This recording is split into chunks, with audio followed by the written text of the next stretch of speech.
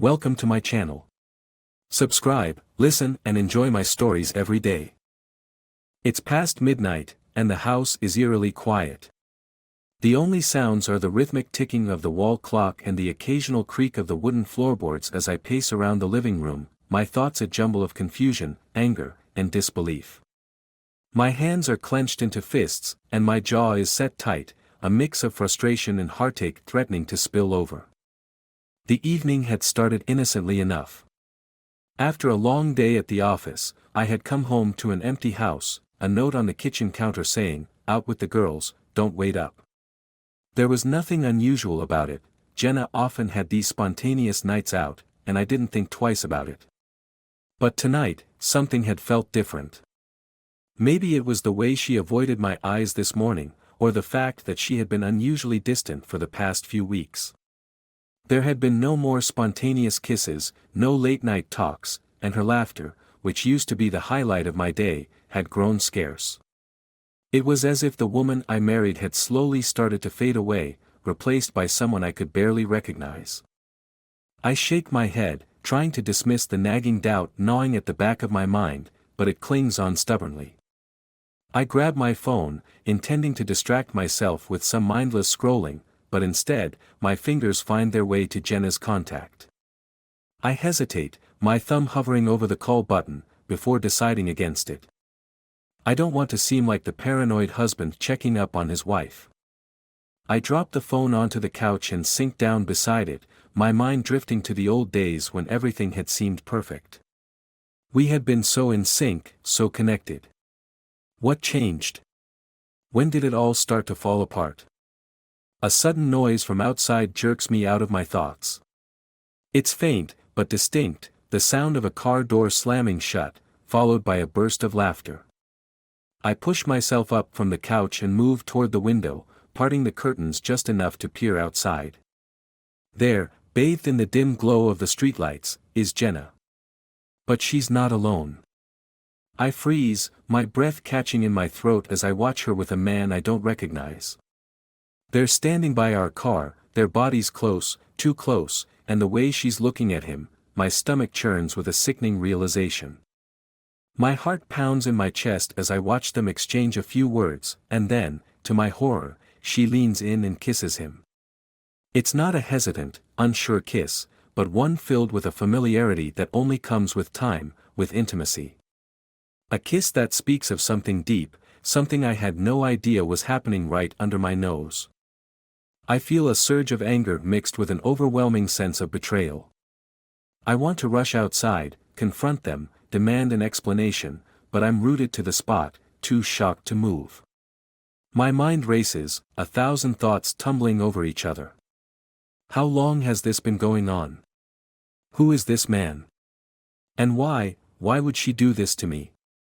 The kiss breaks, and they part, their whispered conversation inaudible through the window.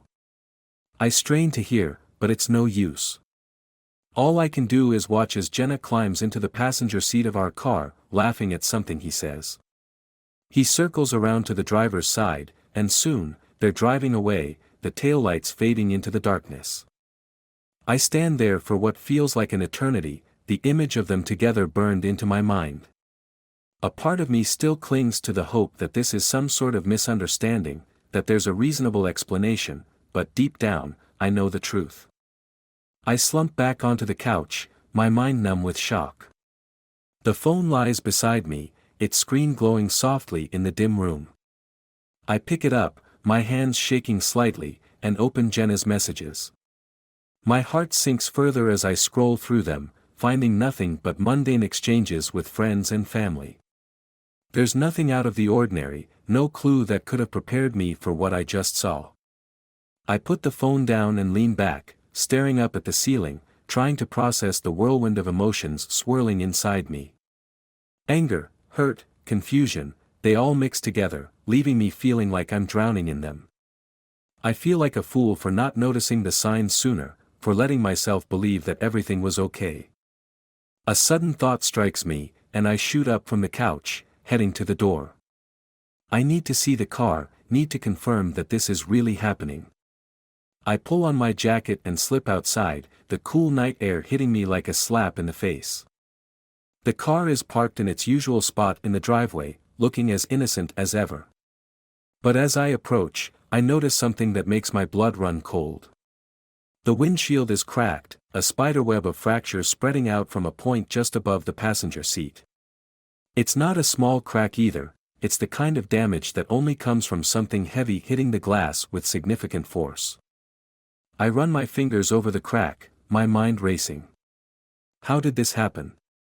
Did they have an accident? Or was this the result of something else, something more passionate? My stomach twists at the thought, and I feel a fresh wave of anger surge through me. They've not only betrayed me, but they've also defiled something that belongs to us, something that's supposed to be ours alone. The car, the house, everything feels tainted now. I take a step back, looking at the car with a mix of disgust and rage. I can't let this go. I can't just stand by and let them get away with this. Jenna, the woman I loved, the woman I thought I knew, has betrayed me in the worst possible way, and now, all I can think about is how to make her pay. I turn and walk back into the house, my mind made up. I don't know exactly what I'm going to do yet, but I know one thing for sure, I'm not going to let them get away with this. They've broken my heart, shattered my trust, and now, they're going to know what it feels like to have everything they care about taken away. As I close the door behind me, I feel a sense of calm settle over me. The hurt is still there, the betrayal still stings, but now there's something else too, resolve. I'm going to make them regret ever crossing me, and I'm going to make sure that they never forget what they've done. This is just the beginning. The next morning, I wake up with a heaviness in my chest, the events of the previous night replaying in my mind like a broken record. Jenna's betrayal feels like a sharp knife, twisting deeper with every thought. I lie in bed, staring at the ceiling, wondering how long I can keep this charade going. How long can I pretend I don't know the truth? The sound of the front door creaking open pulls me from my thoughts. I sit up, my heart pounding as I listen to the familiar sounds of Jenna moving around the house, her keys jangling as she drops them on the kitchen counter, the soft hum of her voice as she calls out, "Honey, I'm home." I grit my teeth, the irony of those words not lost on me. For a brief moment, I consider confronting her right then and there, but something stops me. A part of me wants to see how far she'll go, how much she'll lie to my face. I swing my legs out of bed and make my way downstairs. She's in the kitchen, pouring herself a cup of coffee, her back to me. She's wearing the same clothes from last night, and there's a faint smell of his cologne lingering in the air, something woody and masculine that isn't mine. "Morning," I say, my voice sounding more normal than I feel. She turns, flashing me a bright smile that almost makes me believe everything is okay. Almost. "Morning," she replies, taking a sip of her coffee. "Sorry I got in so late. We lost track of time. Out with the girls again?" I ask, keeping my tone casual. She nods, her smile not faltering for a second. "Yeah, we ended up at this little dive bar downtown. You would have hated it, too loud, too crowded." I nod, forcing a smile of my own. "Sounds like it." There's a moment of silence as she studies me, her eyes searching for something. I wonder if she can sense the shift in me, if she knows that I'm aware of her deception. But she doesn't say anything, just turns back to her coffee, as if everything is normal. I can't stand to be around her right now, not with the anger bubbling just beneath the surface. "I'm going to head out for a bit," I say, grabbing my keys from the counter. "Need to clear my head." "Sure," she says, not even questioning it. "Take your time." I walk out the door, the cool morning air hitting me like a slap in the face. I don't have a destination in mind, but I know I need to get away, to think. I drive aimlessly for a while, my thoughts racing, until I find myself in front of a familiar house. It's Sam's place, my best friend since college and the one person I know I can trust. I haven't seen much of him lately, with work and everything else getting in the way, but right now, I need him more than ever. I park the car and walk up to the door, hesitating for just a moment before ringing the bell. It's early, and I hope I'm not waking him, but a few seconds later, the door swings open, and there he is, still in his pajamas, rubbing sleep from his eyes. "Hey man," he says, his voice thick with sleep. "What's up?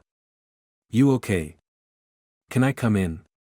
I ask, my voice sounding strained even to my own ears. "Of course," he says, stepping aside to let me in. "What's going on?" I walk into the living room, sinking into the familiar comfort of his couch. He follows, sitting across from me, concern etched on his face. "I don't even know where to start," I say, running a hand through my hair. "Last night, I found out that Jenna's cheating on me." The words hang in the air, heavy and bitter. Sam's eyes widen, and for a moment, he just stares at me, as if trying to process what I've just said. "Are you sure?" he finally asks, his voice cautious. "I mean, Jenna." "I saw them," I say, the memory of it still fresh and raw. "She was with some guy, kissing him right outside our house.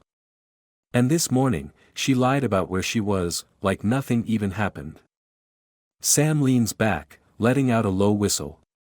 "Damn, man. I'm so sorry. I don't even know what to say." "I don't know what to do," I admit, my voice breaking slightly. "I feel like everything's falling apart, and I'm just lost." He leans forward, his expression serious. "You can't let this slide. You need to confront her, get some answers. And if she's really doing this, you need to think about what comes next." "What comes next?" I echo, the weight of those words settling heavily on my shoulders. "Yeah," he says, his tone firm. "If she's cheating, you can't just let it go. You need to think about your future, man. If she's betrayed you like this, you have to decide if you can move past it or if it's time to walk away." I nod, knowing he's right. But the thought of confronting Jenna, of tearing our life apart, fills me with a sense of dread. "Have you talked to anyone else about this?" Sam asks. I shake my head. "You're the first person I've told." "Maybe you should talk to someone who knows her better," he suggests. "Maybe her friend Sophie. She might know something." I hadn't thought about Sophie, but now that he mentions it, it makes sense. Sophie and Jenna have been friends since college, and if anyone knows what's going on, it's her. "Yeah," I say slowly. "Maybe I'll do that." Sam nods, giving me a sympathetic look. "Whatever you decide, just know I'm here for you, man. You don't have to go through this alone." "Thanks, Sam," I say, feeling a rush of gratitude. "I appreciate it." We sit in silence for a few moments, the weight of the situation pressing down on both of us. Finally, I stand up, feeling a little more grounded than before. "I should go," I say. "Thanks for listening. I just needed to get it out." "Anytime," Sam says, standing up and giving me a firm clap on the shoulder. "You know where to find me if you need anything." I nod, forcing a smile, and head out the door. As I drive away, I feel a little more determined, a little more focused. Sam's right, I can't just let this slide. I need to confront Jenna, get some answers, and figure out what the hell I'm going to do next. But first, I need to talk to Sophie. I pull up outside Sophie's apartment, my stomach churning with nerves. I haven't seen much of her lately, but she's always been like a sister to Jenna, and to me, by extension. I don't know how much she knows, or if she's even aware of what Jenna's been doing, but I have to find out. I take a deep breath and knock on the door. A few moments later, it swings open, and there she is, Sophie, with her auburn hair pulled back in a messy bun and a curious look on her face. "Hey," she says, her tone surprised but warm. "This is a surprise. Everything okay? Can we talk?" I ask, trying to keep my voice steady. "It's important." She nods, stepping aside to let me in. We sit down in her living room, and she studies me with concern. "What's going on?" she asks, her voice gentle. I take a deep breath, the words sticking in my throat. "I think Jenna's cheating on me." The look on her face is a mix of shock and something else, something that looks a lot like guilt. I don't know what to say," she stammers, avoiding my eyes. "Are you sure?" "I saw them, Sophie," I say, my voice breaking. "I saw her with another man. And this morning, she lied to me about it." She's silent for a long moment, her face pale. Finally, she looks up at me, her eyes filled with a sadness that makes my heart sink. "I'm so sorry," she whispers. I didn't know. I didn't know how to tell you." My blood runs cold. "You knew?" She nods, tears welling up in her eyes. "I found out a few weeks ago, but I didn't know what to do. Jenna swore me to secrecy, and I didn't want to hurt you." My mind spins, the betrayal deepening with every word. Sophie knew. She knew, and she said nothing. "Who is he?" I ask, my voice barely more than a whisper. Sophie looks down, her hands twisting nervously in her lap. "His name is Mark. He's an old friend of hers from college. They reconnected a few months ago, and it just happened." I feel a surge of anger, betrayal, and a deep, aching sadness. "Why didn't you tell me?" "I'm so sorry," she says again, tears spilling down her cheeks. "I should have told you. I didn't want to be the one to break your heart." I stand up, unable to sit still any longer. "I need to go," I say, my voice tight. "I need to think." "Please," she begs, reaching out to me. "Don't hate me. I didn't know what to do." I look at her, my emotions a tangled mess. "I don't hate you, Sophie. But I need to figure this out on my own." She nods, her tears falling freely now. "If you need anything at all, just let me know." I nod, unable to find the words to respond. I turn and walk out the door, my mind racing. The betrayal feels like a fresh wound, raw and painful, and I don't know how to move forward from this. But one thing is clear, I can't ignore this any longer. Jenna has broken something between us, something that might never be repaired. And now, I have to decide what to do with the pieces. As I drive away, the road ahead feels uncertain, but one thing is for sure, I can't let this slide. Not now, not ever. I sit in my car for what feels like hours, the engine idling as I stare blankly at the dashboard. The realization of Sophie's involvement has only deepened my sense of betrayal. Jenna's affair is one thing, but the fact that Sophie, someone I've trusted, knew and kept it from me is a punch to the gut. My hands grip the steering wheel, knuckles turning white as I try to decide what to do next. I know what I need to do. I need to confront Jenna. But the thought of facing her, of hearing more lies spill from her lips, makes my stomach turn. Yet, I can't delay this any longer. The longer I wait, the more this betrayal festers, poisoning everything around me. With a deep breath, I pull out of the parking lot and head home, my mind a whirl of emotions, anger, hurt, confusion, and an undercurrent of cold determination. This is it. This is the moment where everything changes. The drive feels like it takes forever, but eventually, I'm pulling into our driveway, the house looming ahead of me like a silent witness to everything that's happened. Jenna's car is in its usual spot, and as I park beside it, I can't help but notice the faint crack in the windshield again, a stark reminder of the night before. I step out of the car, the air thick with tension, and walk up to the front door. My heart hammers in my chest as I turn the key in the lock and push the door open. The house is quiet, eerily so, and for a moment, I wonder if she's even home. But then I hear the faint sound of music coming from the kitchen, some soft, jazzy tune she always plays when she's trying to relax. I follow the sound, each step feeling heavier than the last. When I reach the kitchen, I find her there, standing at the counter with a glass of wine in hand, staring out the window as if she doesn't have a care in the world. For a moment, I just watch her, the sight of her so painfully familiar yet now laced with a bitterness I can't shake. "Jenna," I say, my voice breaking the silence. She turns, surprise flashing across her face. "Hey, you're back. I didn't hear you come in." I don't respond, just stand there, my eyes locked on hers. I can see the moment it clicks, the realization that something's wrong. Her smile falters, and she puts the glass down, her hands trembling slightly. "What's going on?" she asks, her voice a little too casual. "I know," I say, the words heavy in the air. She blinks, confusion clouding her features. "You know what?"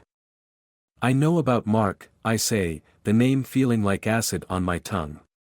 "I saw you with him last night. And I talked to Sophie. She told me everything."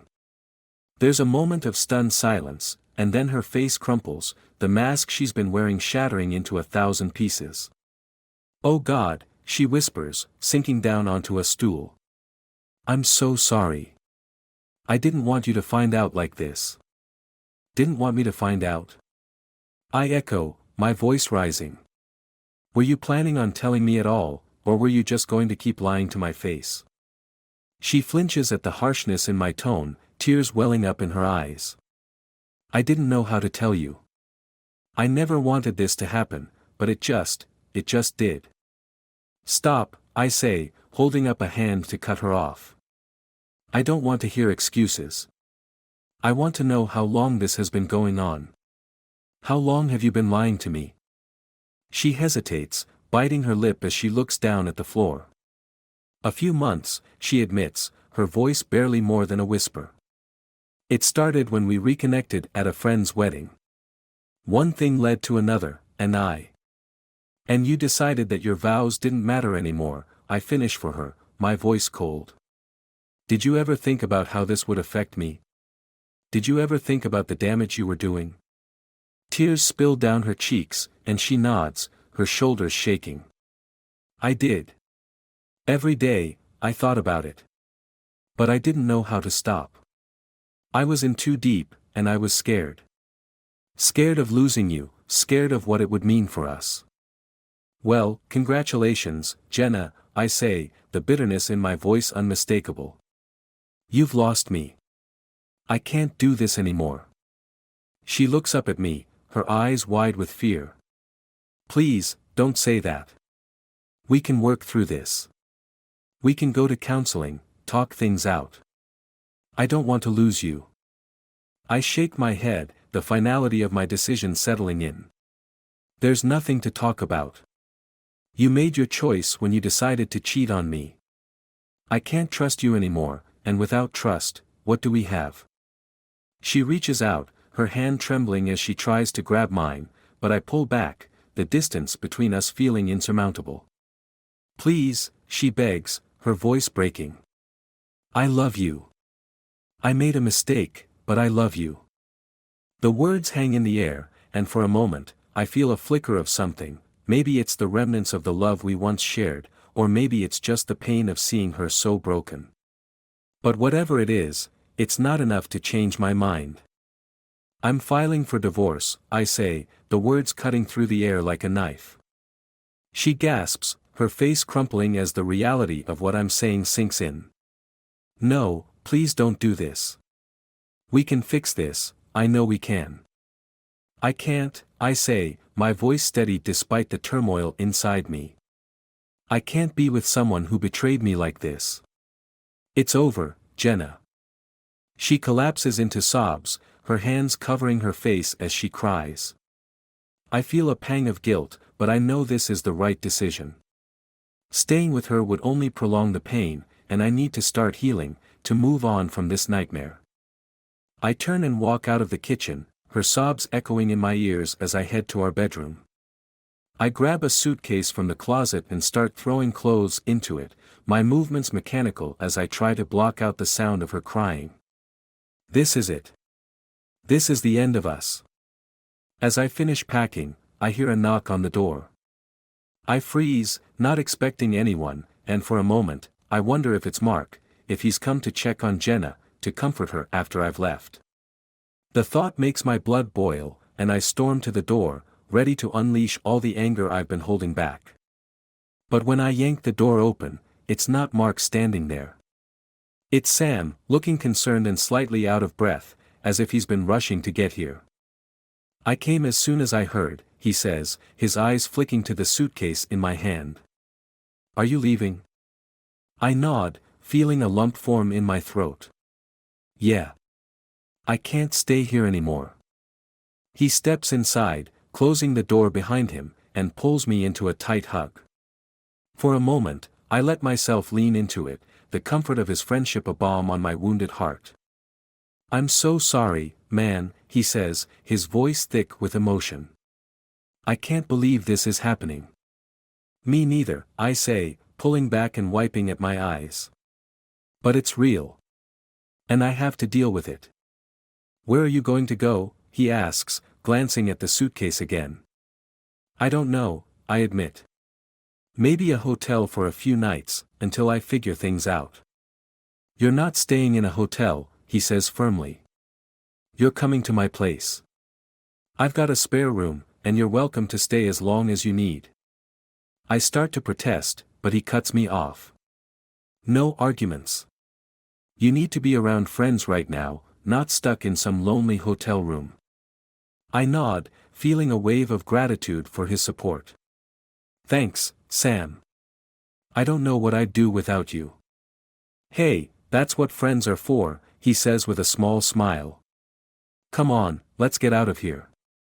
I grab my suitcase and follow him out of the house, not looking back as I close the door behind me. This place, once filled with love and warmth, now feels like a prison, a place where betrayal and lies have festered and grown. As we drive away, I feel a strange sense of relief, like a weight has been lifted off my shoulders. There's still a long road ahead, and I know the pain of this betrayal won't disappear overnight. But for the first time in a long time, I feel like I'm taking control of my life, like I'm moving towards something better. And as for Jenna and Mark, well, they'll have to live with the consequences of their choices. I'm done being the victim. It's time to start rebuilding, to find a new path forward, one where I can finally find peace. But as I sit in the passenger seat, staring out at the passing streets, a thought nags at the back of my mind. I still don't know the full extent of what's been happening behind my back, and part of me wonders if there's more to the story, if there are more secrets waiting to be uncovered. For now, though, I push those thoughts aside. I need to focus on healing, on taking the next steps. The truth will come out eventually, one way or another. And when it does, I'll be ready to face it. With Sam by my side, I feel a glimmer of hope, a small but growing light at the end of the tunnel. The road ahead may be difficult, but I'm not alone. And that makes all the difference. It's been a week since I left the house, a week of living out of a suitcase at Sam's place, trying to make sense of everything that's happened.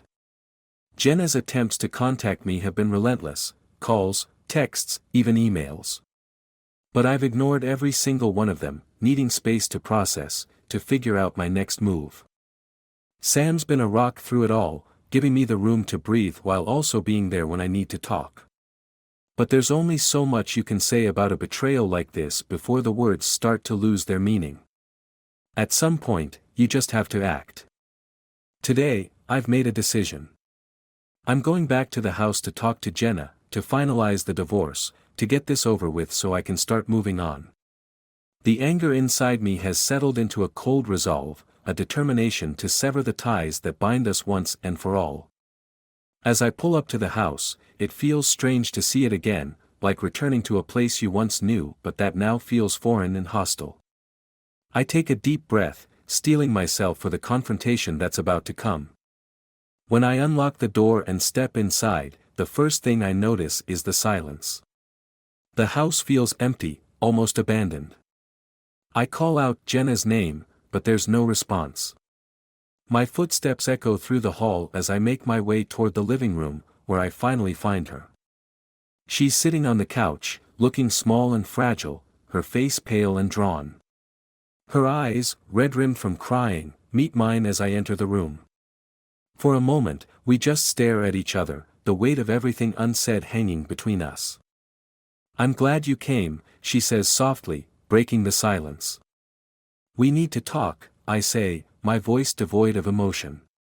She nods, and I sit down across from her, keeping a safe distance. "I know," she says. "I've been thinking about everything, and I realize how much I've hurt you. I don't expect you to forgive me, but I need you to understand how sorry I am." "Sorry doesn't change what you did," I reply, the words cutting through the air. "You lied to me, betrayed me, and now you want me to just accept an apology and move on." "No," she says quickly, shaking her head. "I don't expect that. But I need to tell you the truth. All of it." I lean back, crossing my arms. "I'm listening." She takes a deep breath, as if summoning the courage to say what she's been holding back. "It wasn't just about Mark," she begins. "There's more, so much more." I feel a chill run down my spine as she continues, her voice trembling. "Mark and I, we didn't just reconnect by chance. It was planned." "Planned?" I repeat, the word tasting bitter on my tongue. "What do you mean?" Jenna's eyes fill with tears as she struggles to get the words out. He blackmailed me," she confesses, her voice barely more than a whisper. "A few years ago, before we got married, I had a brief fling with him. It was stupid, meaningless. But he never let it go. He found me online, and when he saw that I was married, he reached out, threatening to tell you everything if I didn't meet him." The room seems to tilt, the ground shifting beneath my feet. "So you've been seeing him because he's blackmailing you?" I ask, trying to wrap my mind around this new revelation. She nods, tears streaming down her face.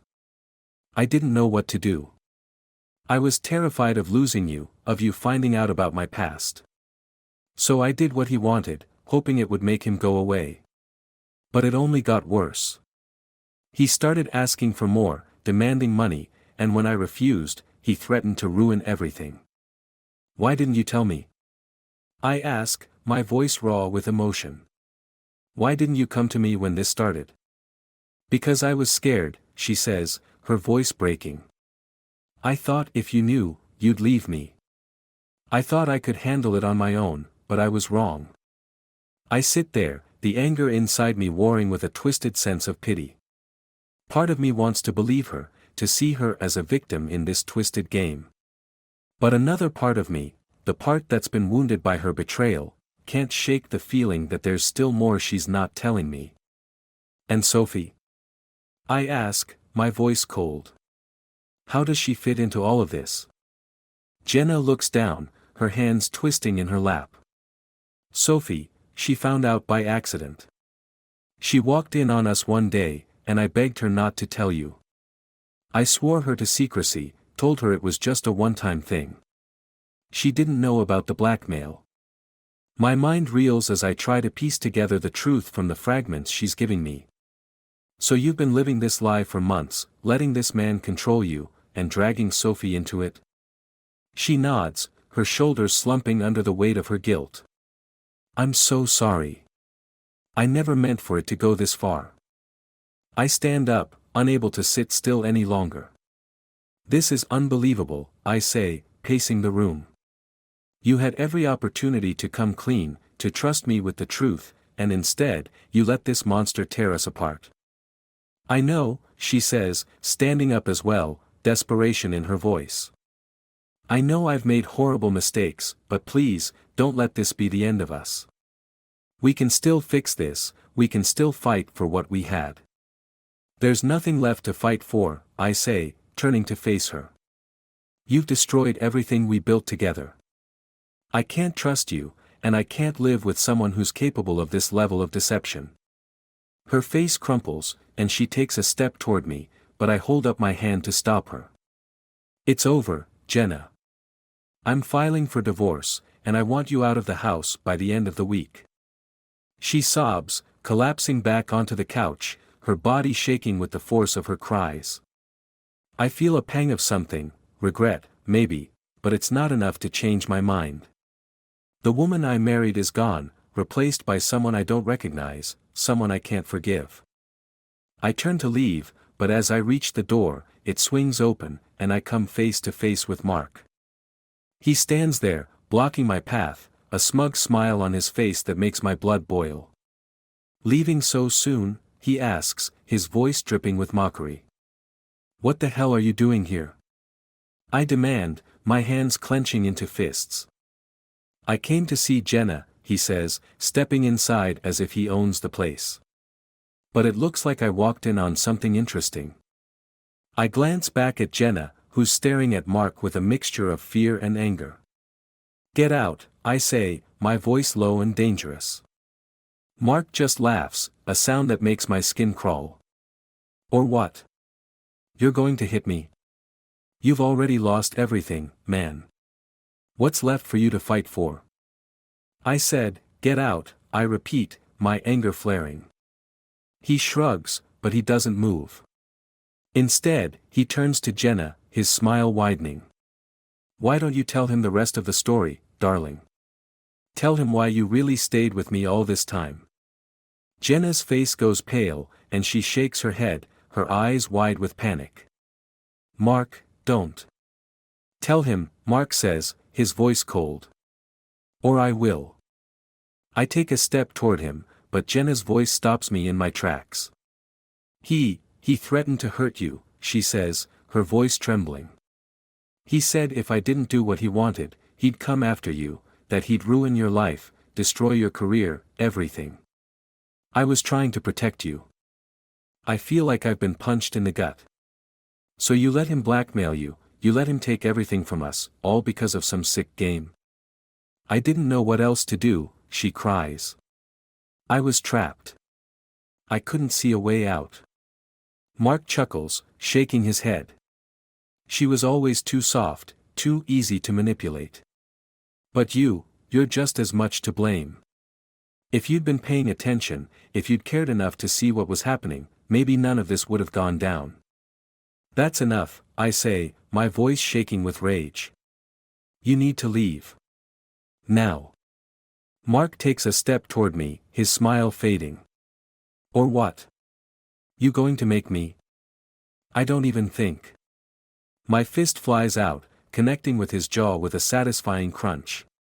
He stumbles back, clutching his face, but the satisfaction is short-lived. He recovers quickly, lunging at me, and we crash to the ground, fists flying, rage and pain fueling the fight. It's messy, brutal, and over in seconds. I find myself on top of him, my hands around his throat, squeezing as I see red. But then Jenna's voice cuts through the fog of anger, pulling me back. "Stop," she screams, her hands grabbing at my arms, trying to pull me off him. "Please, stop." I release him, shoving him away as I get to my feet, breathing heavily. Mark scrambles back, his eyes wide with fear, and for a moment, we just stare at each other, the room filled with the sound of our heavy breathing. "This isn't over," he spits, blood dripping from his split lip. "You think you can just walk away from this? I'll make sure you regret it." "Get out," I say again, my voice low and deadly. "And if I ever see you near Jenna or me again, I'll make sure you regret it." He glares at me, but there's fear in his eyes now. He knows I mean it. Without another word, he turns and stumbles out of the house, slamming the door behind him. Jenna collapses onto the floor, sobbing uncontrollably. I stand there, staring down at her, my heart a twisted knot of emotions. I should feel some satisfaction in driving him away, but all I feel is empty. She looks up at me, her tear-streaked face filled with desperation. "I'm so sorry," she whispers. "I never wanted this. I never wanted any of this." But her words don't reach me. The trust between us is shattered, the love we once shared drowned in lies and betrayal. "I'm leaving," I say, my voice hollow. "I'll send the divorce papers through my lawyer. This is the last time we'll ever see each other. She reaches out, but I step back, the distance between us now more than just physical. Please, she begs, her voice breaking. Please don't leave me. But I'm already gone. Without another word, I turn and walk out the door, the sound of her sobs fading behind me as I step into the sunlight. The air feels different, lighter somehow, as if I'm finally free of the weight that's been crushing me. I don't know what the future holds, but I know one thing for sure: I'm done with lies, done with deceit, and done with Jenna. She and Mark can have each other, and whatever miserable life they build from the ruins of what we had. As I drive away, the road stretching out before me, I feel a strange sense of peace. The pain is still there, but it's no longer overwhelming. I've taken control of my life, and now, I can finally start to heal. This chapter of my life is over. It's time to turn the page and start writing a new one, a chapter where I'm free from betrayal, where I can find happiness again, even if it's on my own. And that, I realize, is the best revenge of all.